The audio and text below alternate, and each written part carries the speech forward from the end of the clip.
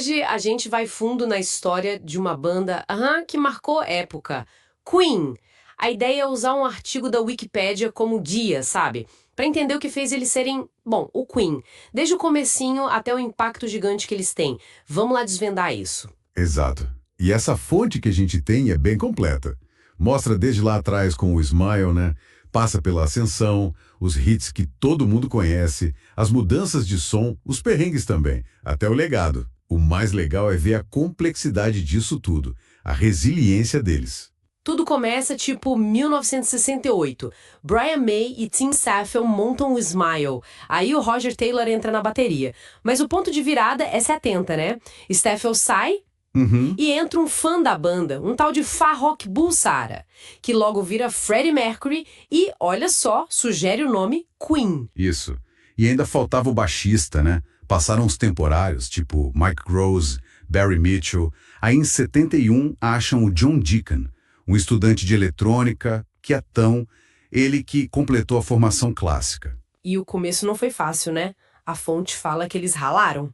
Sim, gravaram umas demos, assinaram com a Trident, depois com a EMI, os primeiros discos, o Queen de 73 e o Queen 2 de 74, não estouraram logo de cara.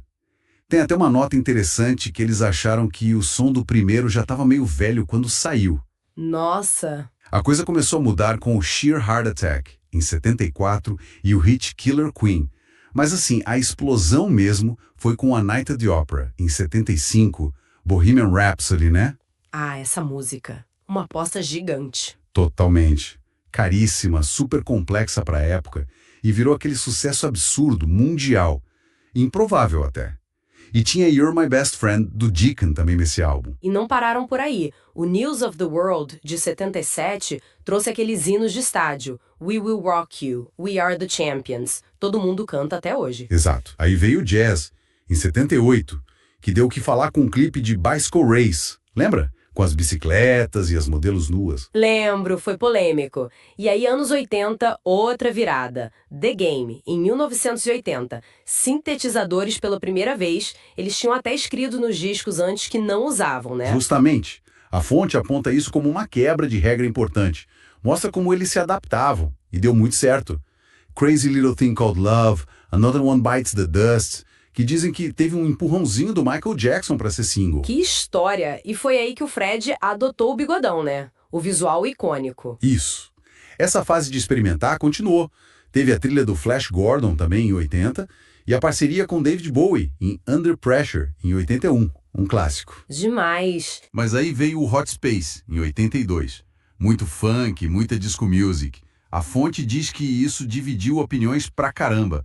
Não só dos fãs, mas dentro da banda. Gerou umas tensões ali, principalmente entre May e Taylor versus Fred e Deacon, talvez. Entendo. E aí eles deram um tempo. Em 83, cada um foi cuidar um pouco de projeto solo. Mas não durou muito. Voltaram com The Works em 84, que tinha Hey You Gaga e I Want to Break Free. Ah, o clipe de I Want to Break Free, eles vestidos de mulher. Teu problema nos Estados Unidos, né? Pois é, foi super mal interpretado lá. Acharam que era outra coisa. Não pegaram a paródia da novela britânica. E teve também a questão da apresentação controversa em Sun City, na África do Sul, durante o Apartheid.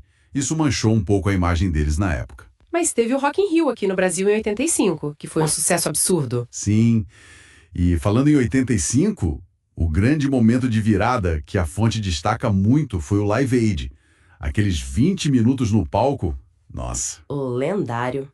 Considerado uma das maiores performances da história do rock. Revitalizou total a banda. Com certeza. Daí veio a Kind of Magic em 86, que tem músicas ligadas ao filme Highlander. E fizeram a última turnê com o Fred. E é aqui que a coisa fica mais pesada. A fonte registra o diagnóstico de AIDS do Fred em 1987. Mas ele manteve em segredo por um tempo. Nossa, que difícil deve ter sido. Imagina. E isso mudou a dinâmica, claro. A partir do álbum The Miracle, de 89, eles decidiram dividir os créditos de todas as músicas igualmente entre os quatro. Uma forma de união, talvez. Faz sentido. A saúde do Fred piorava visivelmente. O Innuendo, de 91, foi gravado já com muito esforço dele. O clipe de These Are the Days of Our Lives é é quase uma despedida, né? Dá pra ver como ele estava frágil. Muito emocionante esse clipe. E ele só falou publicamente sobre a doença um dia antes de morrer, em novembro de 91. E depois da morte dele, ainda veio Made in Heaven, em 95, com as últimas gravações que ele conseguiu fazer. Sim. E o John Deacon? Bom, ele gravou uma última música em homenagem, No One But You, e em 97 se aposentou. Se afastou completamente da vida pública. Para ele, parece que o Queen tinha acabado ali mesmo. Entendo ele. Mas o Brian May e o Roger Taylor continuaram, né? Fizeram parcerias, Queen plus Paul Rodgers, Queen plus Adam Lambert. Exato. Mantendo a música viva, e o legado, como a fonte mostra, é imenso.